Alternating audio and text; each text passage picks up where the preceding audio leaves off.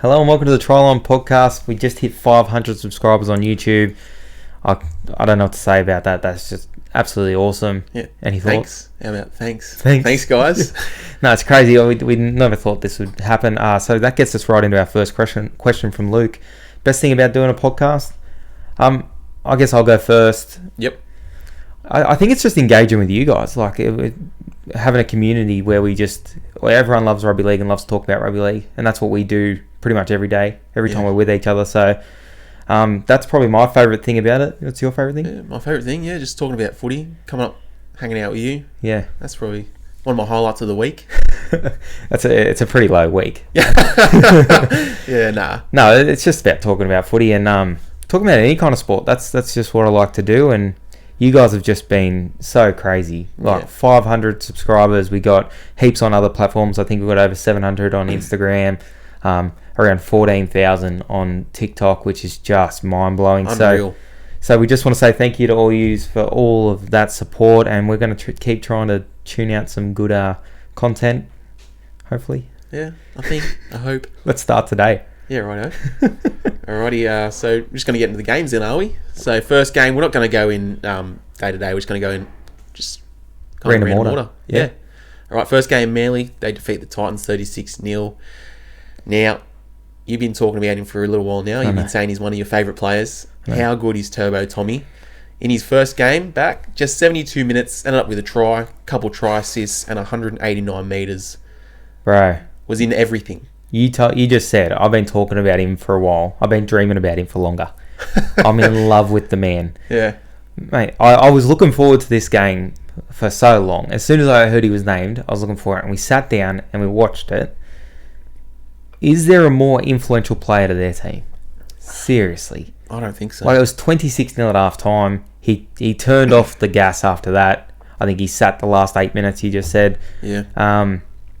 He was just unbelievable. And he gives the whole team confidence. It was good to see him get into top gear when I think the hooker made the break and he had to back up and then he'd give the ball to Cherry Evans. He'd done that in a split second, by the way. He caught the ball, threw it out to Cherry Evans, which was just awesome. Yeah, well, there was a few times there where he kind of took off on his line breaks from his own half on the left edge there for the try when he took on Brimson. It was good to see. Outstanding. And he's got such a great stride. For me, if he's fit, he walks into the New South Wales side. Yeah. That's just my opinion. We had a couple of questions out of this game. That's how we're going to stagger this episode, guys. We're going to get into some games and then get into your questions around the games. We got a few questions about Manly from Dylan Payne, Corey and Will. Do you think Manly can still make the top 8? I mean, that's only one game to go off. But if they can keep on playing at that level, there's a chance that they could make the 8, yeah. I'm telling you right now, the great man Dennon Kemp said that Tommy Bra runs these streets. And he does, alright? Yeah. I'm not betting against Tommy. I've got him pushing the bottom of the 8. Yeah, if they're making the 8, they're running 8th. Well, but I've got him right in amongst there. Now, let's move on to the Titans. Another part of this conversation. 36-0 against a team that's probably been struggling. Definitely. Overrated, underrated? I think they're fairly rated. No, they made some good moves. I don't think we said at the beginning of the year they weren't going to make the 4. I thought we said they were just going to make the 8. So and if you make the 8, you're not winning every week. Yeah, if you come 8th, especially, you're not winning every week. Yeah, you're going to be up and down, and that's what I think this side is. A bad thing about this game for the Titans, I thought they looked lost again in attack. I thought it was a step back for them, and I wonder if just Ash Taylor and Jamal Fogarty aren't connecting right now, because early in the season they looked a little bit lost, and then Ash Taylor kind of went away. He was injured, and they found a little something, and I thought they went backwards this week. I thought they were pretty poor. Honestly, I'm not too sure what the problem is. Maybe they're just not in form at the moment. We'll have to wait and see next week. So, like I said, the Eels bounce back in a week. That's going to be the next game. The Eels beat the Raiders 35-10. They bounce back. They look pretty good. I thought the Eels. Yeah. Parramatta definitely look silky. Good game. Reed Money is someone that I want to talk about.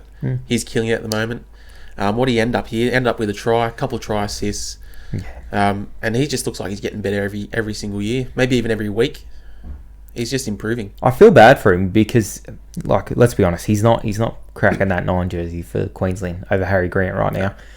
But in another era, and then we just got out of the Cameron Smith era, so he's not cracking it then either. Yeah. But he's playing really, really good footy. I think a big part of his game this year has been his kicking game. I think that's developed a lot. An interesting point out of this game, Ricky Stewart pretty much consistently comes out and backs his side. Gets in the press conference and says, I've got a group of guys back there that's upset. They gave their all today, da-da-da-da-da. After this game, he was not happy. He was not happy with individual efforts. Yep. And I just want to say a couple of things that he said here. There were individuals who are happy putting on an NRL jumper and thinking they're an NRL player. And he also said, we embarrassed ourselves in front of what could have been a big night and be proud of our effort, saying that they had like 20,000 fans there. Yeah. Now, I think there's going to be huge changes for the Raiders next week. Oh, yeah? I think he's going to clean house. I think there are a couple players in that side that are just happy to be there right now. Who? And I'm talking about... Name them. Name some names. I think Jordan Rapana is happy to be in the side right now. I don't think he's playing good footy. I think on the weekend he got bundled into touch 2 or 3 times.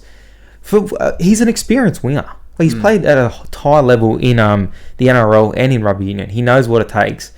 You don't get bundled into touch that early in the tackle count. Like, he knows to go in. I don't know what he's thinking. Yeah. What are your thoughts on the Raiders this year?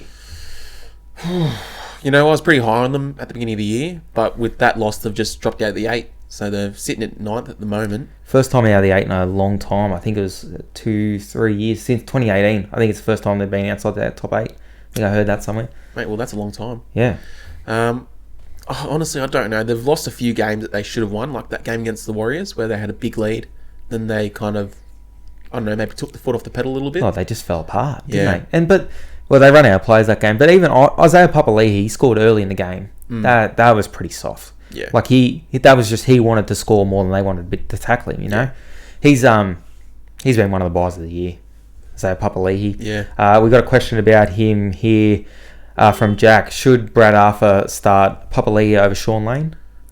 Well, I reckon, yeah. When Madison's back, you should throw Madison back on the right edge where he played last year. Yep. And he was doing really well over there. And then you keep Isaiah Papalli'i on the left edge. Okay. And maybe not even have Shaun Lane on the bench. Oh, really? Like, I think Isaiah Papalli'i is, he's shown that he's play 80. Yeah, he's better. He's better than Shaun Lane. I don't know. I've kind of enjoyed his punch off the bench when Madison's been there. I liked it, especially early I think against the Broncos, he really turned the tide in that game off the bench. So, I don't know. I don't really like changing a winning formula. So if he comes back and they win with him on the bench, I'd leave it that way. But then he started like 3 weeks in a row now, hasn't he? Yeah, he's added quite a bit of punch from the starting side. Yeah. Are the Raiders? We got 2 questions about this from Canberra Raiders for Life and NRL JT. Are the Raiders still a top 8 side after Saturday night? Yes. Yeah, I agree. I think they can still find some form. They got too many quality players to fall out of the 8 for mine. Yep. All right, what's next, lad? Righty, so we're going to get right into the game of the round. Oh, I think it was. So Rabbitohs versus Tigers. Rabbitohs beat them 18-14 in Golden Point. This was a good game, I thought. As we said before, game of the round. I like how the ref played on. Yeah, I did too. At Golden Point. Because he thought it was a knock-on, so no point going up to the video ref. Play on. I like that. I'll tell you what, he would have got crucified if old mate knocked it on and Luke Brooks went to the length and scored and he called it back. And he called it back. Yeah. I don't mind letting the game run. He's got that vice there that they can check it after. I enjoyed that. Yeah. Latrell standout in this game. Yeah. I think he's been one of the better players in the Bunnies, maybe even in the comp over the first 6 rounds. I think he's leading the daily M's right now too, which is probably proof of that. Yep. I said in mine, easily the game of the round. I thought it was outstanding to watch. Yeah. Very interesting, very big point for the Tigers here. That we always sit here and say if the Rabbitohs complete over 80%, they're probably going to run through you because attacking wise, they're just outstanding.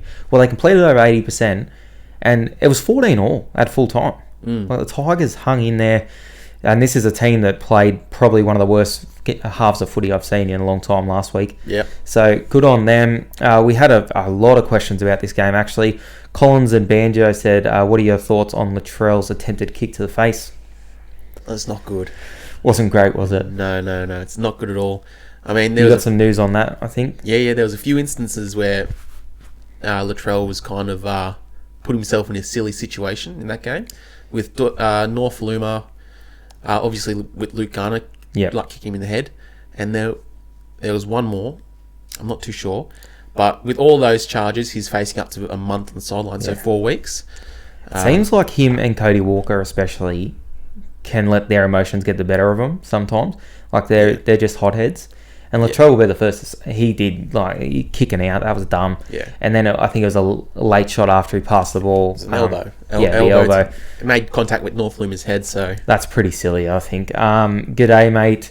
What did you think about the Bunnies Tigers Golden Point play? Loved it. Yep. Loved how the ref let it go, and I thought they got the decision right. Yeah, me too. Because I mean, if it's knocked on, that's play on. Exactly. So, and that's what the ref thought. Play on, No, I had not one problem with it, and I thought the game was refereed well. Yeah. Zach says, will the Tigers improve this season? Hard to say. They're rocks and diamonds, aren't they? Yeah, they played like absolute crap last week. Then they come out and play, one of the best games of footy this year, probably. Well, one of the best games of footy they've played in 12 months, really. Yeah, definitely. So hard to say about that. Yeah. Yeah, I don't know. They're so inconsistent. And then Zach, to end this one, what did you think of the Tigers Bunnies game? People are saying it's the best game in a while. I think it's probably top 3 games of the year because I've got the Penrith and Melbourne game there, and I've got the Storm and Eels game there as well. I thought they were 2 top games. Yeah, I'd rate this game probably better.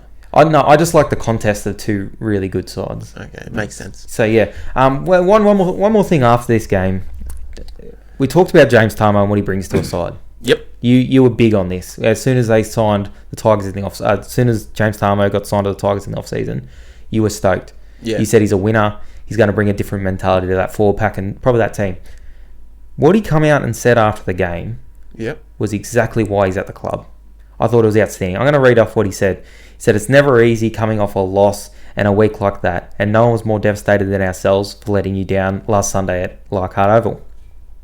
In my playing career at North Queensland and Penrith, I've seen success is built over time. I understand that this is a result-driven industry, but this is the start of our building block for success. I have 100% faith in this team, coaching staff, that they'll get us to a point where we can compete with the top teams and to that point of success.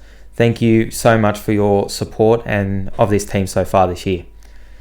He not only did he come out and take accountability for that loss, because it was terrible, and they should be saying this, He's using it to inspire the team and use it as a building block to go forward. Yeah, he's seriously outstanding. He's worth his weight in gold for this side. Yeah, well, you don't see that often. A player coming out and taking accountability. Yeah, exactly.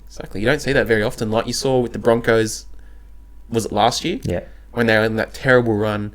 No one even wanted to talk to the media. They'd be like, nah, no one's talking. And people are screaming out, especially fans of the Broncos were screaming out for some accountability. Yeah, exactly. You couldn't get it. And that's what leadership is. And this guy, James Tarmo, I really like him. He might not be the best player on the field right now as a forward, but what he's going to do for your club off the field is almost more important. Yeah, 100%. And hopefully this team gets going in the right direction because a healthy Tigers team is a healthy NRL. Yep. All right, on to the next. All right, so another good game, and we were just talking about them. Panthers versus the Broncos. And this is another good game. Unfortunately, the Broncos did go down. It was 20-12. Yeah. As you said last week, you thought the Broncos forward pack would really stand up, and I thought they really did. Yeah. Matt Lodge especially. I thought he was really good. His first stint was probably better than his second, but I think you saw, and you could see, he definitely made an impact. And it looked like the forward pack took it personally. Let's stand up. This is the forward pack in the comp. Yeah. The Panthers. Let's go to them. I was super impressed with their effort. They matched the best side in 12 months. Probably you take out the Storm there because the Storm beat them in the grand final. But consistently wise, they're the best side in the last 12 months. They matched their energy, effort. That's all you can ask for as a fan of the Broncos. I didn't think they were ever going to win the game. Yeah, no. They did get themselves in a position to win.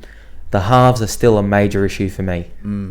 I thought at one point in the game it was 12-all, and the Broncos were attacking the line, and Crofton did and went the short side, hit Croft on like a block play, and Croft gets bundled in a touch. That's not what you want to see from your halves. Yeah, with the game on line, and the best halfback in the comp right now, Nathan Cleary, gets the job done there. Kicks for 802 metres. Yeah, exactly. Kicked them to death.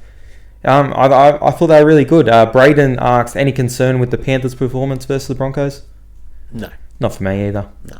Not for me. They got it done. That's all they had to do. Yep. Thoughts on Karmichael Hunt coming back to the Broncos?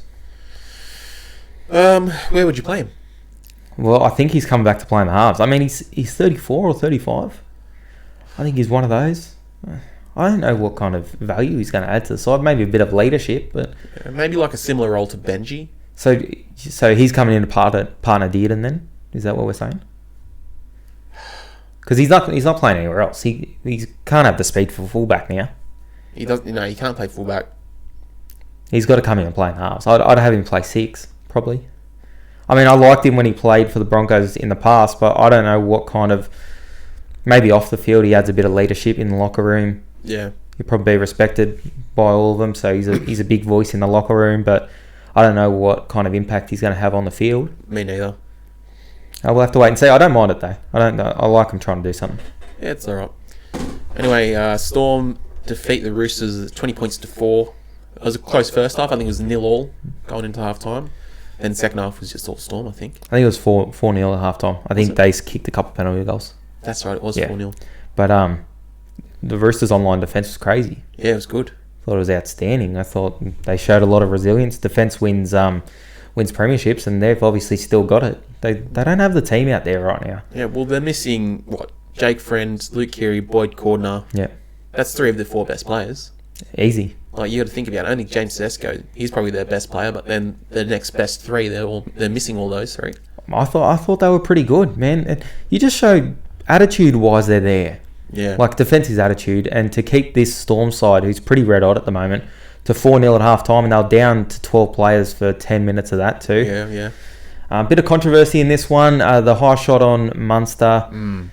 Now, the Storm, if any team's going to find a loophole in the real rules, the Storm will, unfortunately. And I want to state that they didn't do anything against the rules, but they did exploit the rules a little bit here. So, Munster gets a high shot, right?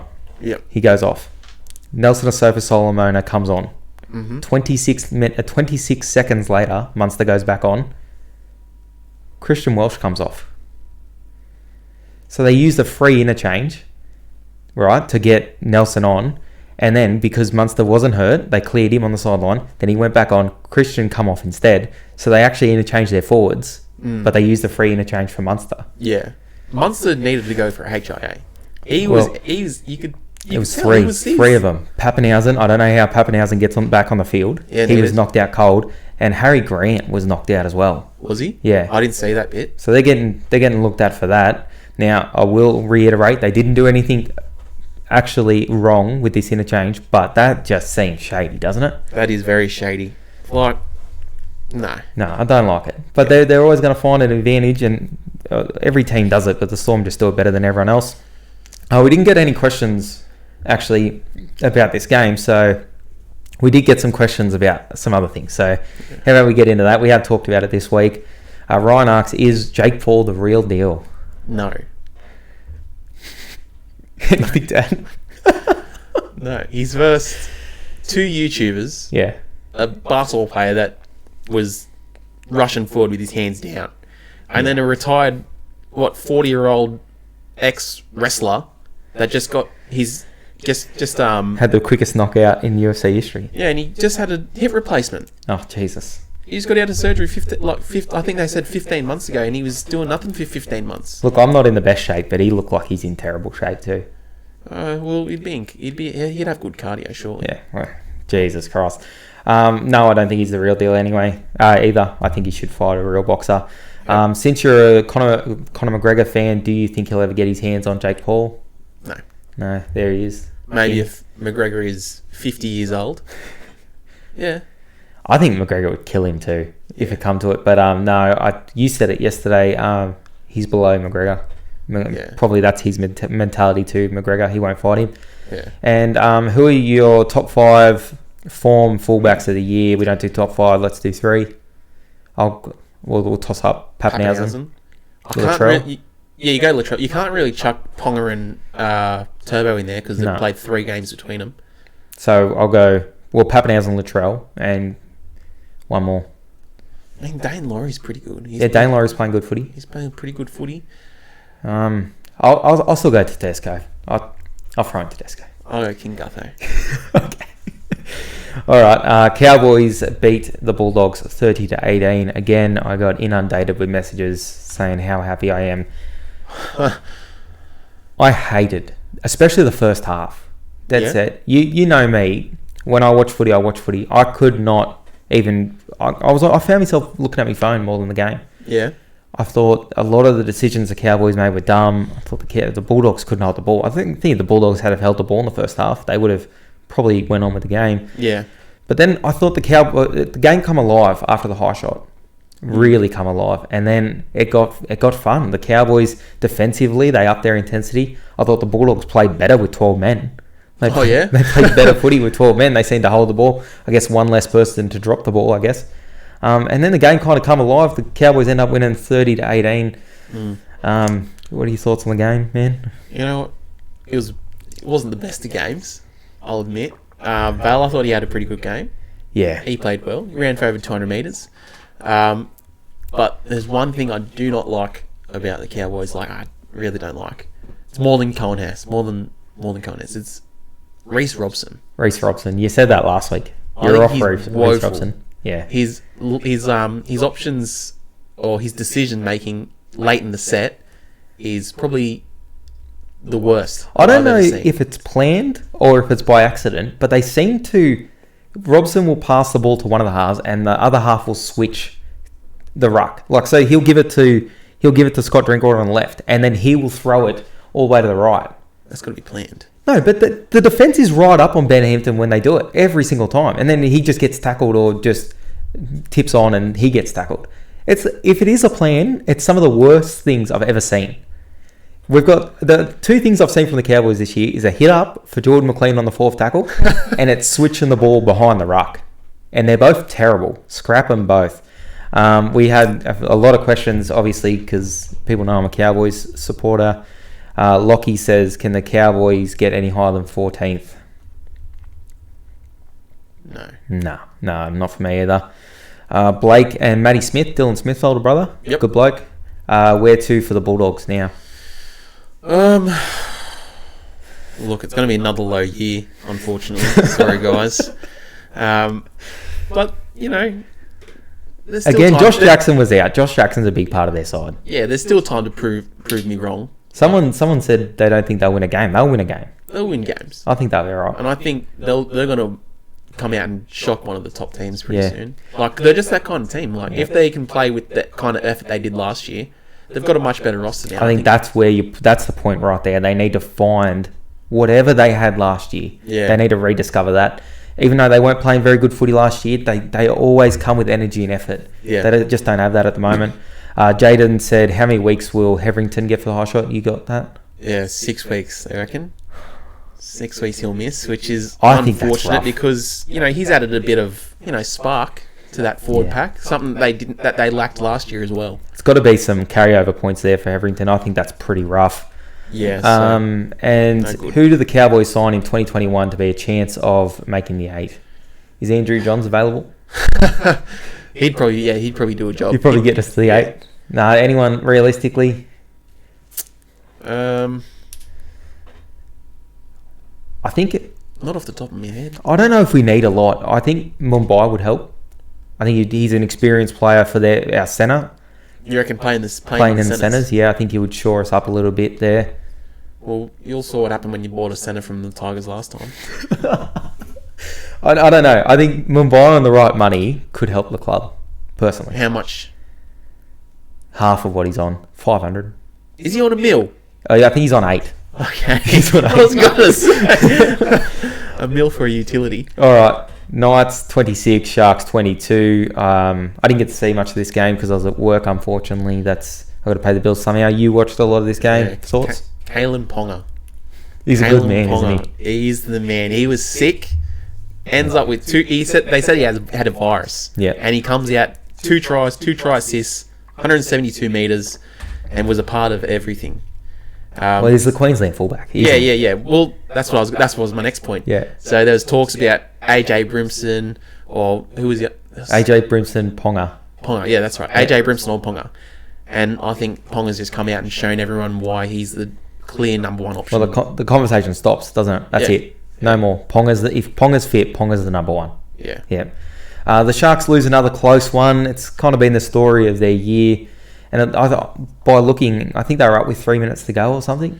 Something like that. Yeah. I think something like... And then insert Caleb Ponga. Ponga. The Sharks have been just unlucky. They could easily be 6-0. That's the crazy thing. Yeah. Hopefully they can turn that around soon. Warriors and Dragons.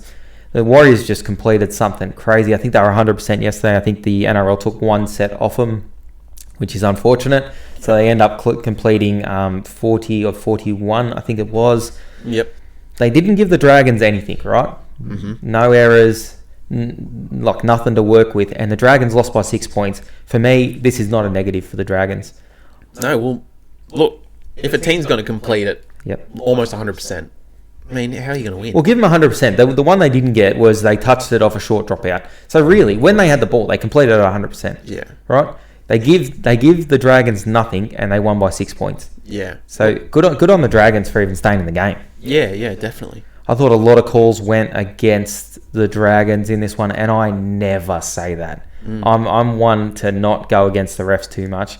I thought a lot went the Warriors' way. I thought the tap back from what's the young winger's name? Cody Ramsey. I saw that. The tap back to Jack Bird. I saw that, and I was thinking to myself, when they called the knock on, I was like, what is going on? And then they went to the video. I said, like they'll overturn this. Then he said they knocked it on too. And I was thinking, not a knock on. Am I watching the same film? I couldn't believe it. People that know me know I will not complain about referees. I think if you're in the game, you can win the game. Yep. A lot went against the Dragons in this one, but the Warriors completed a high percentage. They probably deserve to win the game there. We got one question out of this one. Caden.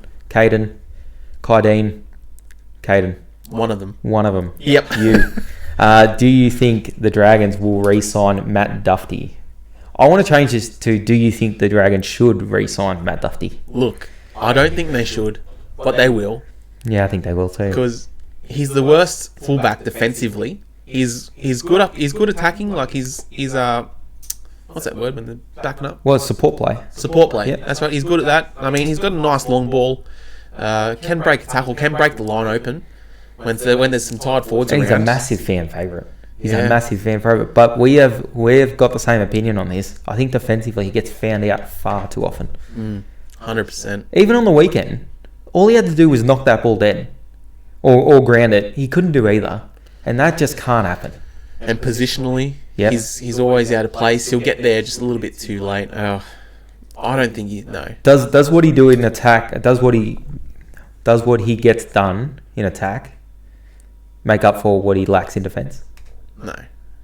I don't think so either. I'd rather have one that's safe defensively, i.e. Gutherson. King Gutho. That maybe speed-wise probably lacks a little bit in attack, but he gets it done. He gets the job done still. Yeah. Well, you saw him against Storm. Yeah. He was there defensively, and he saved the game. Exactly. He saved how many tries? 3 or 4? And didn't poll in the Daily M. Exactly. We'll end on that because that's about all we've got to say about the Daily M's there. Thanks for all your questions. We'll be back Wednesday. Wednesday is officially going to be our Q&A show. So any questions you have for the Wednesday show, throw them in there. We will answer every single question. We will sit here for 3 hours if it comes to it. Will we?